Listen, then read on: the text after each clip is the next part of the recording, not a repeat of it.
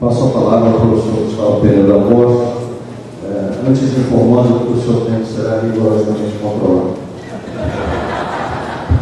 Que bom! Boa tarde a todos.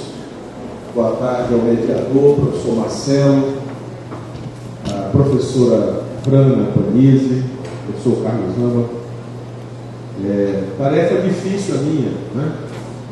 Eu fui convidado e escalado pela coordenação do evento para ser o último expositor desse painel que trata sobre ressignificação para a reconstrução da universidade pública no século XXI. Se a gente fosse só explorar o tema do painel, já daria um bom debate, né? A minha tarefa é difícil, mas a de Marcelo é quase impossível de controlar o meu tempo. Mas vou me esforçar para ser o mais disciplinado possível. Eu, contrariando até o que eu gosto de fazer, também vou pedir licença para ficar sentado. Não que eu tenha problema no trem de pouso, mas porque me foi incumbido uma tarefa de, além de apresentar ao EMA, para em grande parte o EMA, tentar aqui entremear neste olhar institucional argumentos que foram trazidos para a reflexão por todos os expositores deste painel e do painel que tivemos pela manhã. Outra tarefa hercúlea a minha atribuída. Não sei se pelo fato de, se eu não conseguir, não vão achar ruim, porque é o reitor, então não vão achar tão perigosa esta função.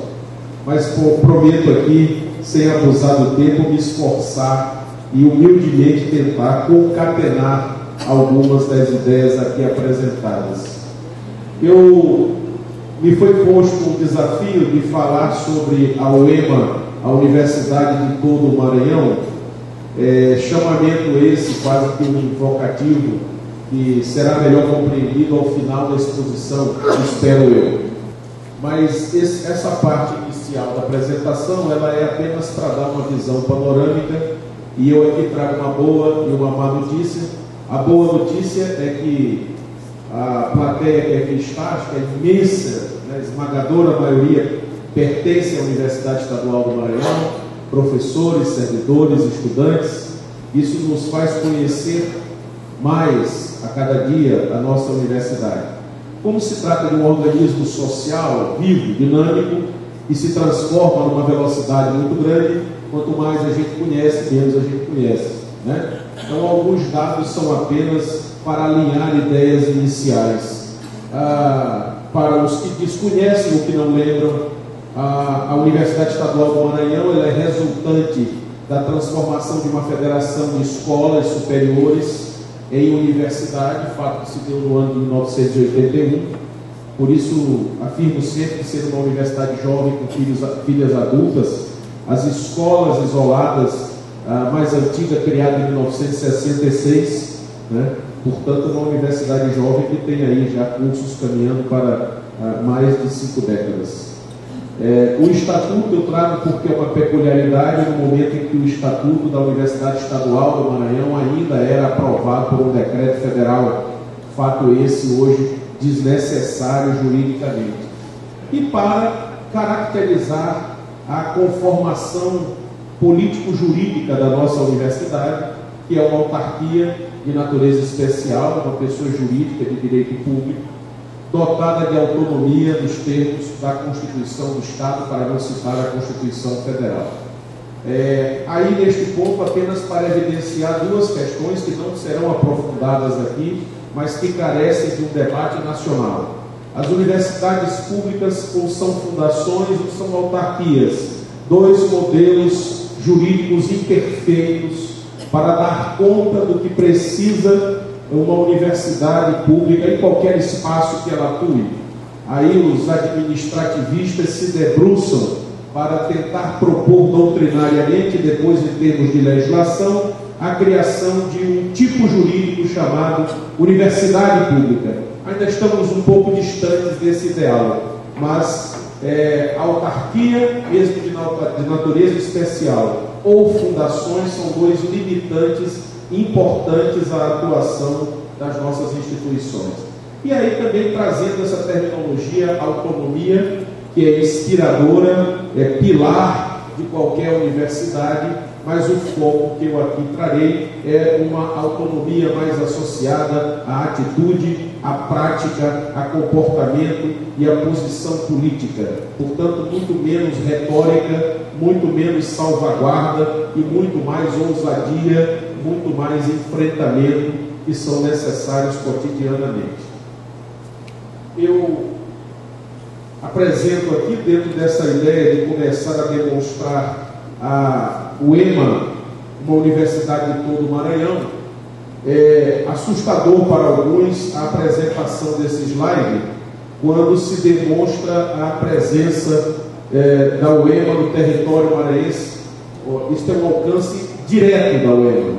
Aí estão os campi da Universidade Estadual do Maranhão, os polos do programa Darcy Ribeiro, de formação de professores, muito embora temporários, assim como os polos de educação à distância. Se considerarmos todos estruturas formais da universidade, eis aí a distribuição. Alguém comentou que se tratava de uma cobertura de 30% do espaço territorial maranhense. Essa cobertura ultrapassa 50%. Se nós considerarmos o aspecto regional, está presente em todas as regiões do estado do Maranhão. E eu aqui invejava o professor Dácio, que pela manhã disse que de um campus para outro leva 2 horas para percorrer 15 quilômetros. Nós temos campus da UEMA que fica a 800 quilômetros da cidade de São Luís, né? Então é quase uma viagem continental para chegarmos a um dos nossos campos mais afastados. Mas é muito ilustrativa e pouco há que se falar para explicar o que a simples visualização do slide permite compreender. E realmente a UEMA, ela não é uma universidade insulada na capital do estado. Quiçá a sua grande força esteja fora dos limites da ilha de São Luís, mas na sua atuação, de fato, em todos esses espaços regionais aí representados. Para categorizar esta participação, também apenas ilustro, naquela primeira parte do mapa estão os 22 campi da UEMA, onde estão instalados com infraestrutura física de pessoal e cursos numa perspectiva presencial permanente. Aqui no meio nós temos os polos de educação à distância e do lado direito os polos do programa Darcy Ribeiro, como são dados do final do ano passado, de 2014, temos já alguns polos, tanto de educação à distância como do programa Darcy Ribeiro, que não estão mais em operação. Apenas para ilustrar, o campus Paulo VI, São Luís, aqui na sede, nós temos 4 centros de ciências, ciências tecnológicas, ciências sociais aplicadas, ciências agrárias e o centro de educação, ciências exatas e naturais. Dentro da distribuição dos campi, eu repeti aquela terminologia, os campi no continente, né? Mas muito contrafeito, e quero aqui esclarecer para que eu não tenha que me policiar, né, nas próximas vezes. Eu não tenho nenhum problema, não pretendo causar nenhum constrangimento em falar os campi do interior. Nós temos que nos orgulhar, talvez uma das coisas que genuinamente devamos nos orgulhar é o processo de interiorização do Brasil e também do nosso Estado e da educação superior. Então não vejo nada pejorativo de chamar os campi ou os centros do interior, e ficamos chamando uma tentativa, não sei de quê, de falarmos do continente, né? Pois então façamos um pacto, meus caros colegas, a partir de hoje, livrem-me desse autopoliciamento de ter que me lembrar de chamar continente e não interior. Já feito esclarecimento, né? Ali estão nominalmente os municípios cuja presença física da universidade se dá sob a forma de campus fora da ilha de São Luís, no interior do estado. Aqui é uma outra apresentação interessante, se nós pensarmos no sistema público de educação superior, incluídos a Universidade Estadual do Maranhão, o IFMA e a UFMA, nós temos a conformação e a distribuição espacial das universidades públicas no estado do Maranhão. Isso vai nos permitir fazer algumas reflexões lá no final, numa agenda positiva que está aí apresentada, sobre efetivamente a relação entre presença da universidade sobre a forma de campus e efetivamente o aumento da taxa de matrícula do ensino superior. Alguns números que eu trago também exclusivamente para alimentar as nossas curiosidades ou nos preocupar de vez, que diz respeito a dois aspectos importantes, até para fazer alguns contrapontos à agenda a qual vou me referir. Um cenário atual do quadro docente da UEMA, também são dados de 2014, quando tínhamos 828 professores efetivos. Esse número hoje já passamos de 900 com as nomeações recém-realizadas pelo governador Flávio Dino. Um número de professores contratados da ordem de 420 professores. Apenas me antecipando a este dado, logo no início do reitorado, que coincide com o tempo de governo do governador, a primeira audiência que tivemos, que a Universidade Estadual do Maranhão teve com o governador, apresentamos, dentre várias metas que eu irei aqui apresentar e necessidades de investimentos, a necessidade de incorporarmos este número de 420 professores contratados no corpo efetivo da universidade, no que fomos autorizados a providenciar. Portanto, neste ano de 2015, vamos oferecer 100 vagas de concurso público para pessoal docente, priorizando os centros em número de 12, e até o presente momento não tem um professor do quadro da Universidade Estadual do Maranhão. Essa é a prioridade pactuada com o nosso mantenedor, para começarmos a formar o corpo docente que haverá de nos ajudar na tarefa de pensar esses espaços tão distantes do núcleo central da administração da universidade. Ali está a distribuição por titulação dos professores. Nós temos hoje perto de 80% de professores com mestrado e doutorado, é um número ainda depois a ser melhor demonstrado. A distribuição de carga horária, nós temos 98% dos professores da universidade estão com regime de dedicação integral. Os técnico-administrativos, com 383 técnicos de nível fundamental e médio, 41 de nível superior. Para que os que não lembram ou não sabem, o corpo técnico da universidade, o último concurso já fez 2 décadas, e depois dessa data, quem veio para a universidade foi cedido ou redistribuído. Então, um concurso que nós pleiteamos ao governo do estado este ano, provavelmente ocorrerá numa primeira etapa no segundo semestre, para ingresso de 220 novos servidores na Universidade Estadual do Maranhão.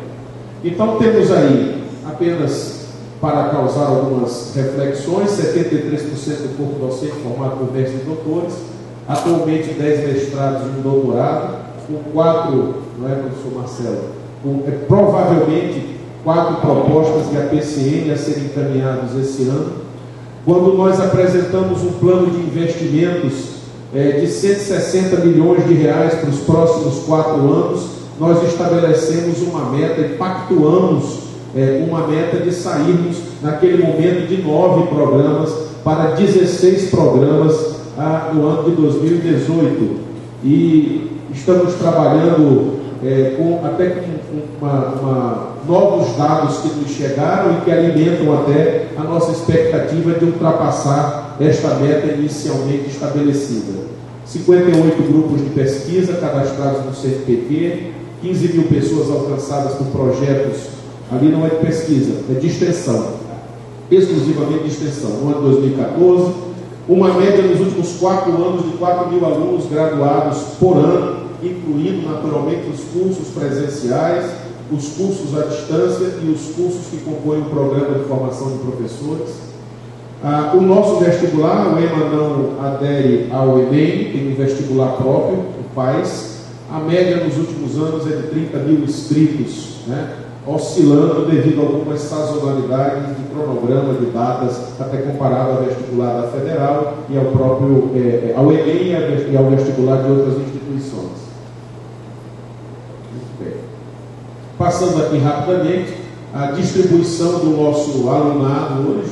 Nós temos 5.500 alunos nos cursos técnicos, que foi uma ação que a universidade chamou para si a partir de um vazio institucional não preenchido e de extraordinária necessidade do nosso Estado, a educação no nível médio profissionalizante.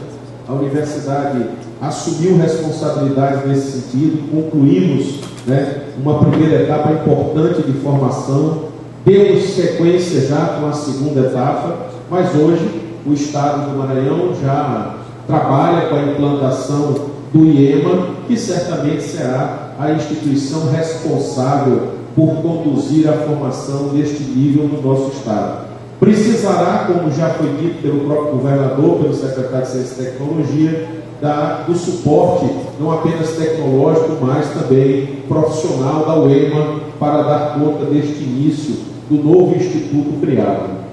Nos cursos de graduação, temos 92 cursos presenciais, cerca de 18 mil alunos, e aí, dentro dessa transversalidade das ideias e comentários aqui apresentados, professor Cláudio Ramos, visivelmente na UEMA, e aqui não vou falar nada que os que estão aqui desconheçam, se estabelecermos aí um grande mosaico para compreender a UEMA e colocarmos a massificação, a virtualização, a diferenciação, a setorialização, nós vamos poder interseccionar várias ações aí que explicam a nossa universidade hoje, seja nos seus pontos fortes, seja nas suas fragilidades, né? Alguns desses contrastes eu apresentarei na agenda positiva ao final da exposição. Então, este número de cursos de graduação parte de uma premissa que eu não ousarei aqui antecipar, dizer que é equivocada, de que nós pretendemos ser bons em tudo, né? Nós queremos ser bons em tudo e em todos os lugares. Isso significa quase 100% de rendimento, o que uma máquina não faz, e dirá uma natureza, uma construção meramente humana, social e coletiva. Merece, então, uma análise mais aprofundada. São 4 cursos à distância, né? Este número, inclusive, agora sofrerá um acréscimo, com um novo edital, com novos cursos. Programa da Darcy Ribeiro, com 6 cursos, 3.874 alunos. Volto a dizer, dados do final do ano passado, hoje não temos esse contingente mais, mas ao tempo que o programa da Darcy Ribeiro segue para a sua conclusão, estamos já iniciando a discussão sobre a formação de professores na UEMA daqui para frente, seguindo a tradição e o expertise que a nossa universidade tem em formar professores, e a extraordinária carência que o nosso Estado ainda tem. No âmbito da pós-graduação, são 17 cursos de especialização, cerca de 3 mil alunos, mestrados próprios da universidade, 9, o 10º que eu mencionei é o de Geografia, né, não está aí contabilizado, 144 alunos, um mestrado interinstitucional com 12 alunos, um doutorado próprio, 7 alunos, e 4 doutorados interinstitucionais com 33 alunos. Dentro desses dados que estão sendo apresentados aqui para o melhor conhecimento da UEMA, eles são autoexplicativos ao serem simplesmente expostos. Estes aqui requerem os de natureza orçamentária financeira, porque o tema financiamento está associado à decisão de expandir as ações da universidade, à qualidade, ao questionamento sobre a democratização do acesso, sobre a expansão ou retração da distribuição espacial da universidade.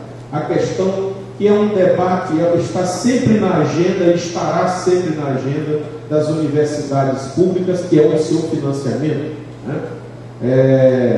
As universidades estaduais cada uma delas com suas características e sua forma de relacionamento com o mantenedor, que são os estados, e com o ente político, que são os governos estaduais. Tem uma forma de lidar. As universidades federais, uma outra forma de lidar com o Ministério da Educação.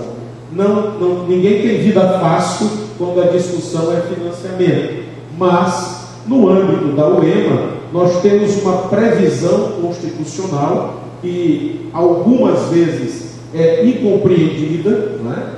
Que prevê os famosos, tão falados, 5% da Universidade Estadual do Maranhão.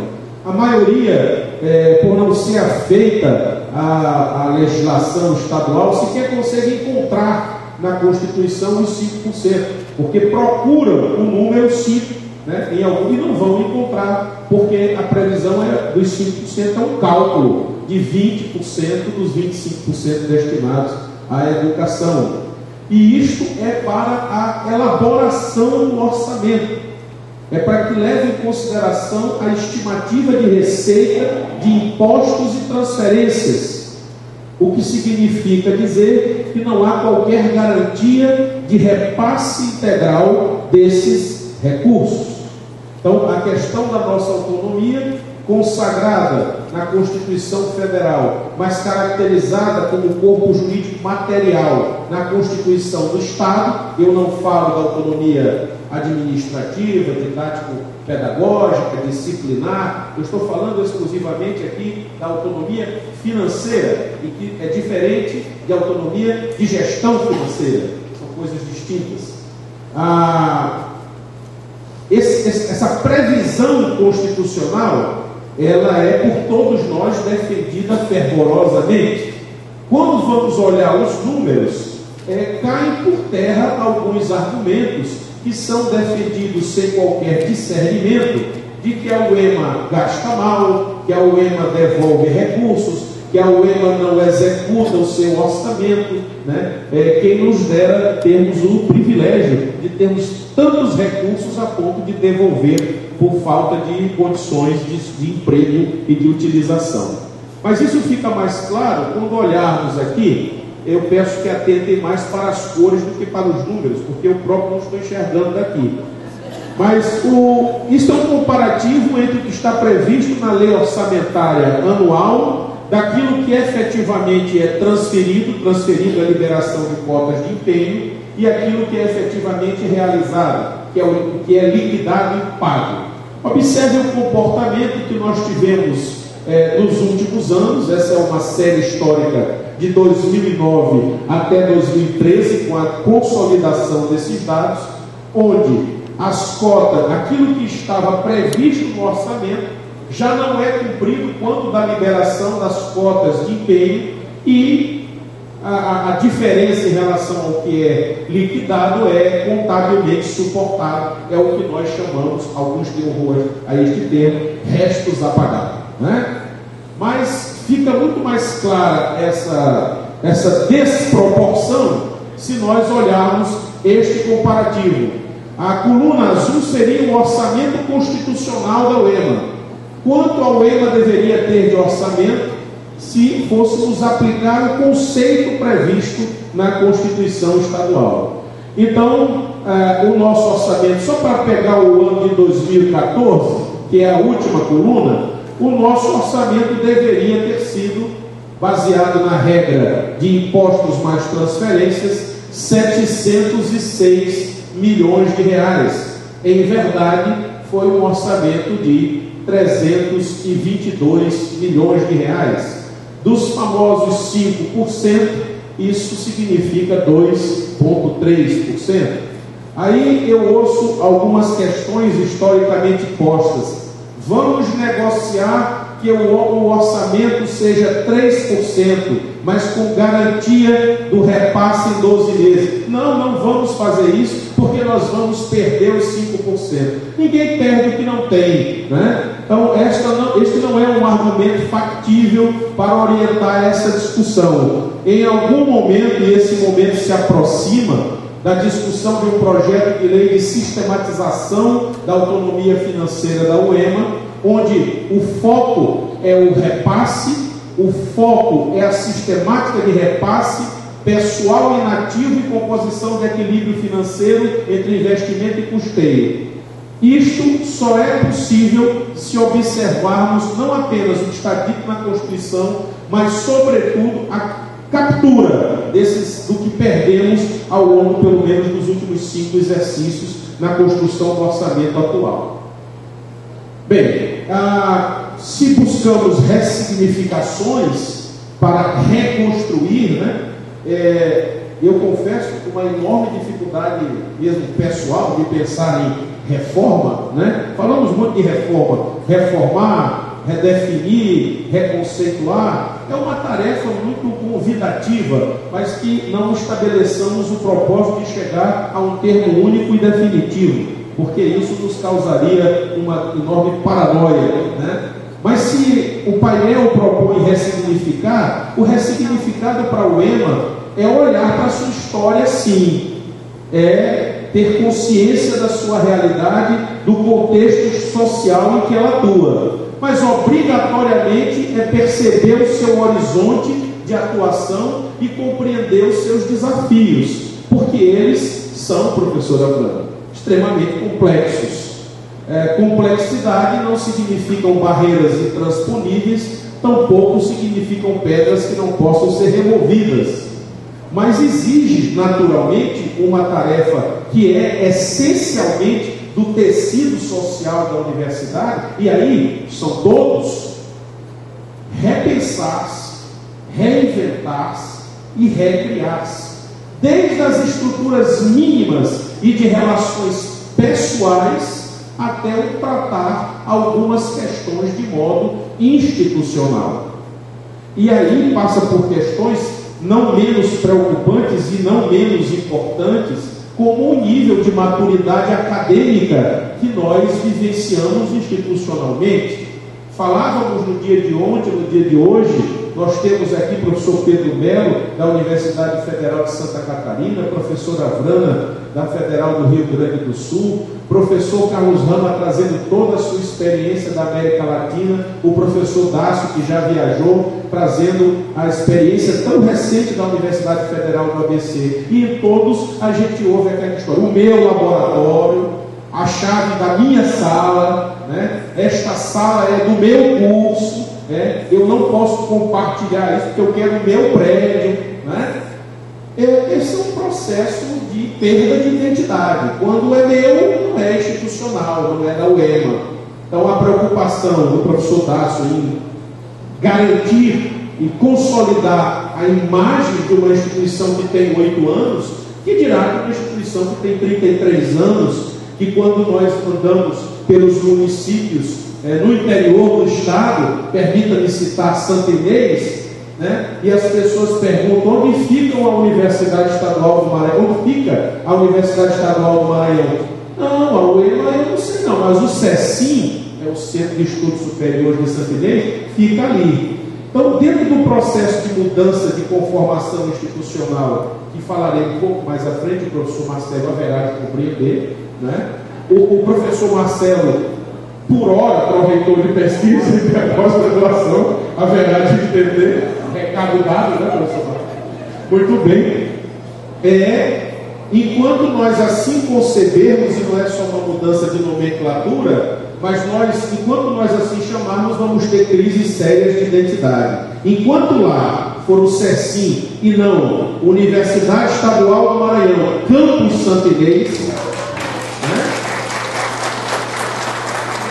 Universidade Estadual do Maranhão, Campus Açailândia, nós vamos conviver com esses contrastes e essas idiosincrasias.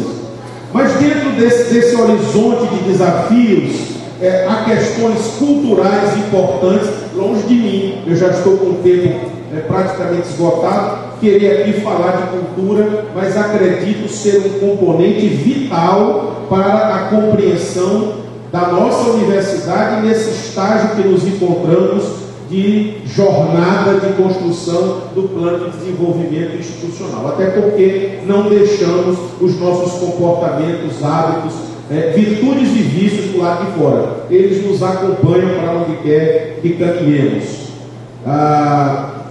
Eu passo adiante e tentarei ser breve. Dividi o momento final em dois momentos, o momento final em duas fases.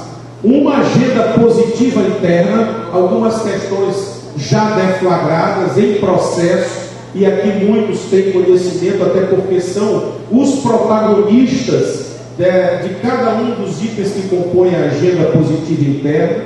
O primeiro não poderia ser diferente. Aqui estamos para evidenciar a importância do plano de desenvolvimento institucional.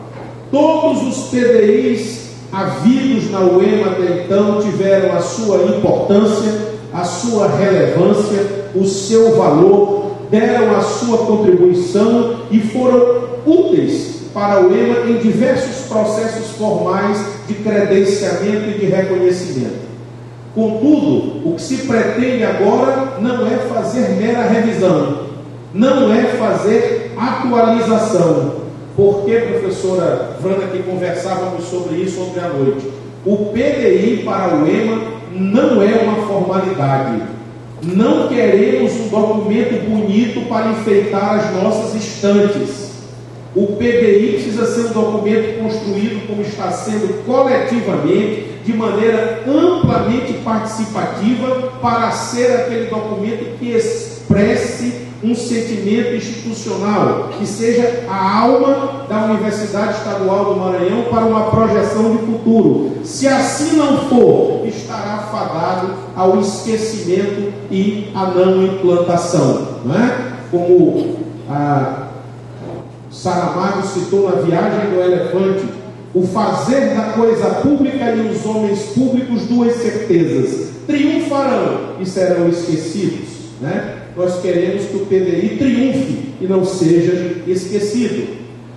Por conta e na esteira da elaboração do PDI, que não vai apenas se esgotar neste momento de filosofia institucional, de missão, visão, valores, pontos fortes e fracos, oportunidades e ameaças. Eu não estava participando dos grupos, mas estava acompanhando dali de fora, né, toda a movimentação e ouvindo e pensando assim: tomara que nós depois, ao avaliarmos as contribuições, percebamos muito mais oportunidades e pontos fortes do que ameaças e pontos fracos. Lembrando o que disse o professor Osiris Silva, né? Não façamos apologia ao fracasso e não nos apequenemos diante do sonho de termos uma universidade melhor.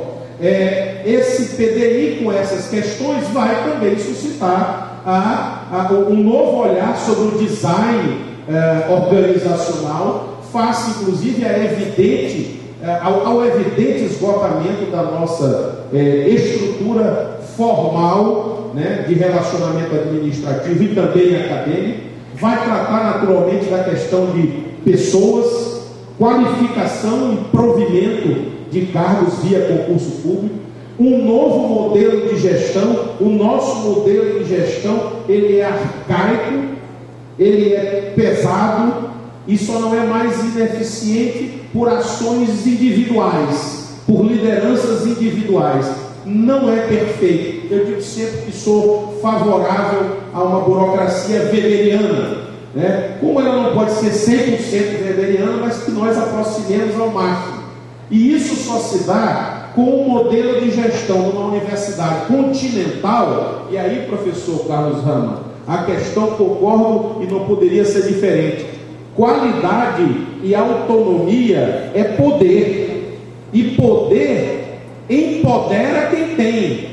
Não é possível ter um poder centralizado e concentrado apenas na reitoria e nas pró-reitorias. Isso asfixia os atuais centros, futuros campi. A partir daí, um novo modelo negociado com o governo do Estado e dentro de uma perspectiva do próprio PDI, haverá de empoderar, descentralizar e desconcentrar em favor dos atuais centros, de modo que tenham mais autonomia de deliberação e de gestão.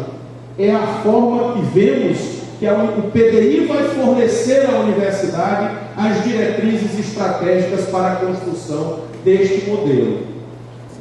Na esteira dessas medidas que compõem a agenda positiva, a retomada do processo de avaliação institucional, não como um flash, não como um slide, não como um interruptor de ligar e acender, mas que se possa fazer da avaliação algo a ser incorporado na cultura da nossa instituição. Não vou aqui falar que o ser humano resiste ao controle, resiste a ser avaliado, teme ser punido e torce para ser recompensado, porque isso é o óbvio. Mas, apesar de às vezes o óbvio ter que ser dito, nós estamos falando de avaliação institucional, que passa pelas pessoas, mas não é restrito às pessoas. Nós estamos aqui dando uma demonstração de que acreditamos no planejamento. A nossa presença e a nossa participação demonstram isso. Mas quem acredita no planejamento precisa acreditar na avaliação. Não há ação planejada sem controle e avaliação, porque senão é areia movediça, pisa-se e afunda-se, né? A internacionalização está prevista na agenda positiva da universidade, tanto que criamos uma estrutura para cuidar desta questão, e o professor Marcelo, permita-me citá-lo, faço isso para ganhar mais 5 minutos. O professor Marcelo está aqui com a tarefa, juntamente com o professor Tales, de organizar aquilo que creio ser um caminho para reafirmar os nossos laços de relacionamento com outras instituições, que são as missões internacionais, onde professores, pesquisadores possam ir até as instituições e formar essas redes de cooperação. Sou absolutamente convicto que não serei eu o reitor a visitar as universidades, que serei o responsável por internacionalizar a UEMA. Mas algumas ações já como política de incentivos nesse campo, aqui já foi exaustivamente falado pelos que me antecederam. A internacionalização hoje é uma exigência até para uma sobrevivência institucional num cenário de mundialização. En passant, sistema de informação gerencial, tanto acadêmica como administrativa, né, já anunciado em diversas ocasiões. Uma reflexão interna que eu acho que não pode ser adiada este contraste que há em muitos momentos do que fazemos e do que decidimos, qualidade e quantidade. Eu não vejo como conceitos antagônicos, até me preocupa colocar o verso. Acho que é possível fazer muito e fazer bem, mas é preciso pensar a educação à distância, a formação de professores, a expansão de novos campi, dentro destes dois fluxos de análise. É fazer mais, mas fazer bem, porque qualidade há muito deixou de ser um requisito, né? Não é, e muito menos um diferencial. A qualidade precisa se incorporar como um valor agregado diário, e a quantidade ela é requerida na medida que se fala de democratização, de ampliação de acesso, de número de vagas. Existe solução para isso pronta? Não, não há equação pronta. O que serviu para a URGS pode não servir para o EMA e assim sucessivamente. Em relação ao aumento da produção acadêmica, né? Acho que aquilo ontem comentava, e aqui todos conhecem os incentivos já criados nesses 5 primeiros meses para incentivar a produção acadêmica, que é um dos indicadores, sem dúvida alguma, que mede a maturidade acadêmica de uma instituição. Eu participei de uma reunião há poucos dias num centro e me indagavam: por que não temos aqui uma pós-graduação estrito sensu? Será que o nosso centro é melhor ou pior daquele que já tem? 90% disso é a capacidade de articulação dos professores e a definição de suas linhas de pesquisa sustentado pela sua produção acadêmica. E isso não há gestor que possa fazer, né? A não ser aquele grupo engajado e comprometido. A graduação, porque falamos, isso é um ponto para não perder o hábito da universidade, né? Elogia e critica, mas há uma predominância em todas as falas perfeitamente compreensível de falar da pós-graduação e associar a pós-graduação à qualidade da pesquisa e à importância da pesquisa para o desenvolvimento. O professor Felipe Holanda fez uma brilhante exposição nesse sentido, mas não descuidemos da graduação. A formação de profissionais é uma das missões da universidade, senão nós ficamos aí sendo assustados pelos fantasmas dos rankings construídos por critérios nada republicanos e feitos para avaliar universidades que estão em outro eixo que não o nosso, e nós ficamos aqui vivendo tempestades e tormentas porque o ranking da Folha disse que nós estamos nessa ou naquela posição. Eu digo que essa qualidade às vezes ela é aferida por pequenas coisas. A qualidade de um curso de graduação é muito o que a opinião pública pensa a respeito do curso de graduação, ou aquela pergunta que das reuniões recentes eu habitualmente repito: quer avaliar um curso de graduação? Responda a seguinte pergunta: você colocaria o seu filho para estudar neste curso aqui na universidade? Sim ou não? Por mais que seja subjetivo, nos faz compreender muitas questões. E aí a extensão, que hoje nós estamos passando por um processo de setorialização da extensão, não mais editais genéricos, mas direcionando para alguns campos dentro do programa Mais IDH do governo do estado, em atendimento aos municípios de menor IDH. Controle social e transparência, que vai ser facilitado pelo sistema de informação gerencial, com todos os dados. Eu acho que isso não é um favor que estamos fazendo, mas todos os dados sobre todos nós, sobre tudo que fazemos, estará a partir daí disponível para quem quiser ver, conhecer e nos interrogar. Como agentes públicos temos o dever de responder. Esta discussão que eu vou passar por cima rapidamente, que eu acho uma discussão importante sim, muito embora o Brasil adote um modelo híbrido de universidade de ensino e pesquisa, e pelas características do país, acho que não poderia ser diferente. Nós ainda não temos como ter este privilégio, se é que é um privilégio, de ter universidade de ensino e universidade de pesquisa, mas isso muito se explica, a trajetória da UEMA muito explica o que nós vivenciamos hoje em termos de cultura, em termos de resultados, de avanços institucionais. Até outro dia, e aqueles que estão há mais tempo na casa devem lembrar, nós nos sentíamos, pior do que sermos vistos, nós nos sentíamos um grande colégio de terceiro grau, E hoje, aqui e acolá, até pelo nível das discussões nos diversos locais, nos diversos espaços, se percebe que nós estamos começando a ganhar musculatura de universidade. E isso é um motivo de muito regozijo para todos nós que fazemos a UEMA. Por último, eu falo ali nessa agenda interna de captação de recursos, eu acabei não passando, Deixei vocês só me ouvindo, mas enfim. A captação de recursos é o último item que eu estou comentando. De fato, foi comentado aqui pelo Dr. Osiris Silva, corroborado pelo professor Felipe Holanda. Não haveremos de esperar que o financiamento da universidade sairá 100% do estado do Maranhão. O Tesouro Estadual tem as suas limitações, como o Tesouro da União também tem. E aqui, longe de mim, nenhuma ideia que se pareça nem de perto com privatização da universidade. Mas nós precisamos ser mais capazes e mais profissionais na captura de recursos, não apenas das agências de fomento, mas também da iniciativa privada. Nós temos aí um plano de 160 milhões de investimento, 40 milhões de investimento só em infraestrutura para o ano de 2015. Só para mostrar como esse número é representativo. Isso representa a soma dos últimos 5 anos em recursos de capital.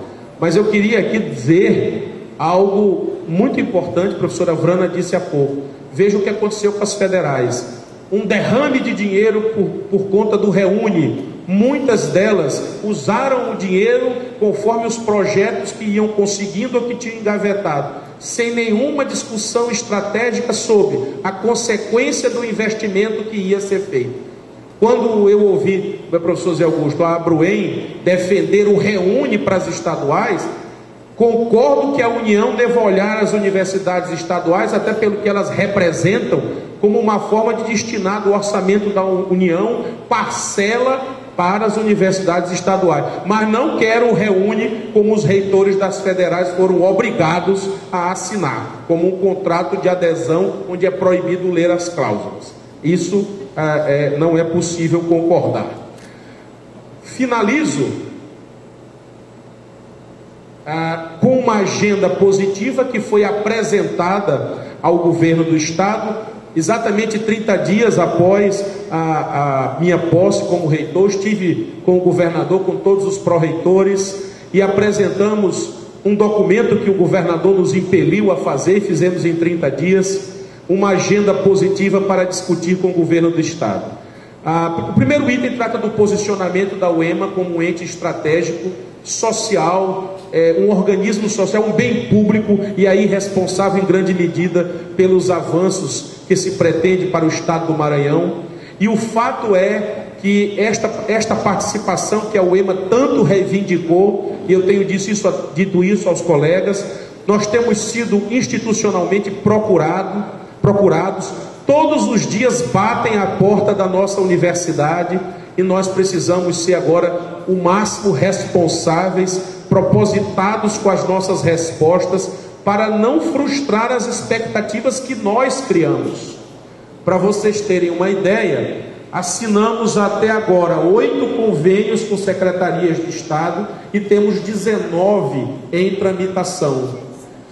Acho que muitos aqui estavam presentes, professor Cláudio Rama, professora Vrana, professor Pedro Melo, na solenidade de colação de grau aqui em São Luís, quando o governador do estado, presente à solenidade, disse, nesta ocasião, reproduzindo o que já tinha dito em outras vezes, orientando os secretários de Estado: se vocês desejam estudos especializados, se vocês desejam formar e qualificar os seus quadros, olha, procurem na UEMA, lá tem profissionais capazes, lá tem know-how. Se há de dar dinheiro, que dê dinheiro para o próprio Estado e procure a UEMA. E este movimento está acontecendo. Este foi um espaço criado por todos nós, que tem que ser competentemente ocupado.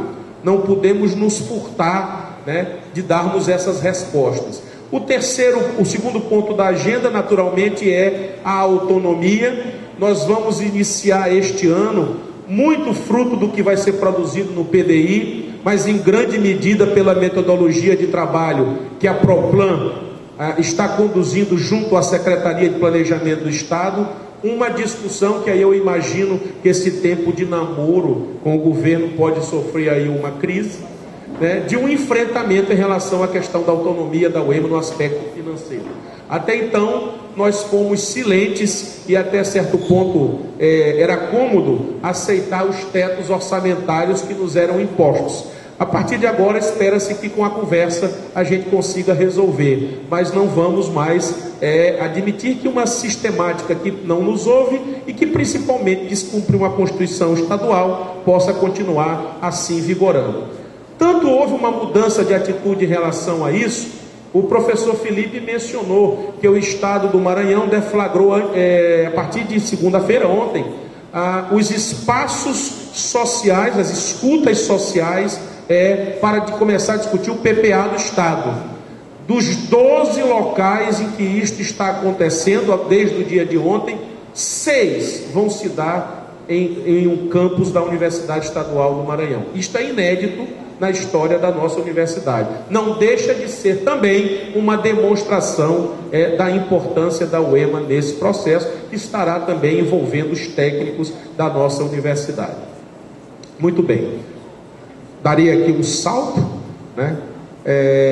em relação à expansão, nós também estabelecemos alguns critérios a serem observados.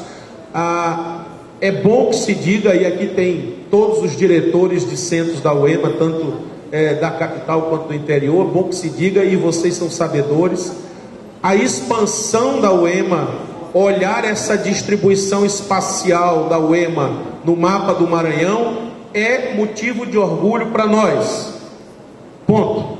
Mas nós sabemos e lembramos como foi o processo com que esta expansão se deu. Esta forma de expansão nós não desejamos mais. Por isso, o planejamento.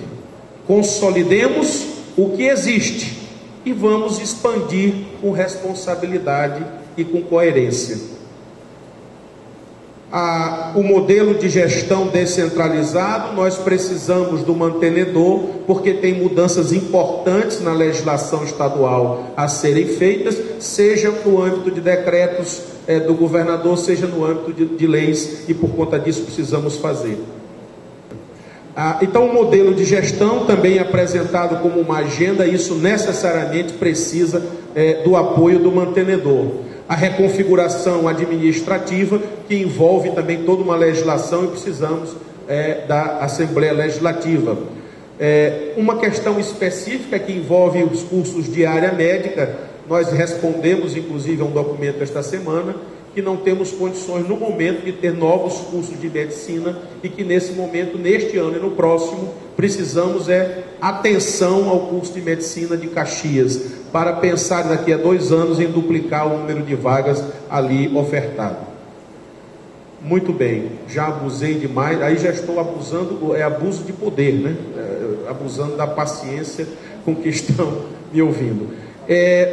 Eu deixo aqui ao final uma compreensão, e aí quero dividir, meus amigos, não só esta apresentação, mas principalmente o fechamento dela com meu caro amigo e companheiro, professor Walter Canales, vice-reitor, né, com quem divido aí diariamente os afazeres da UEMA.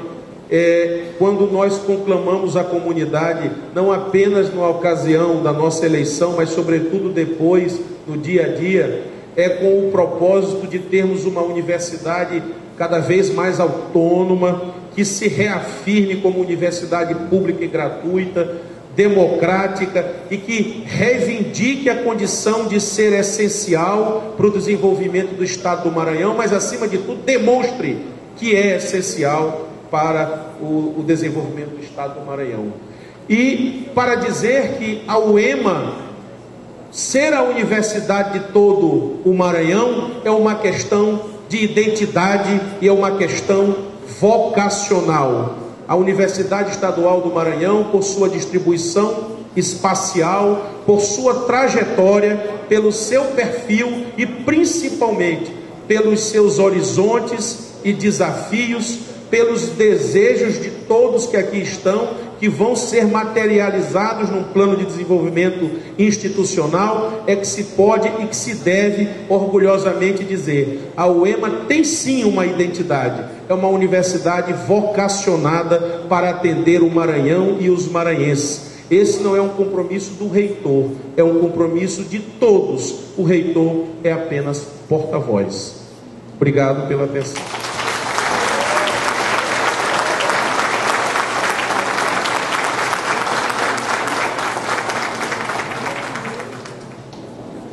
Bom, o professor Gustavo teria mais 10 minutos, mas abriu mão. Então,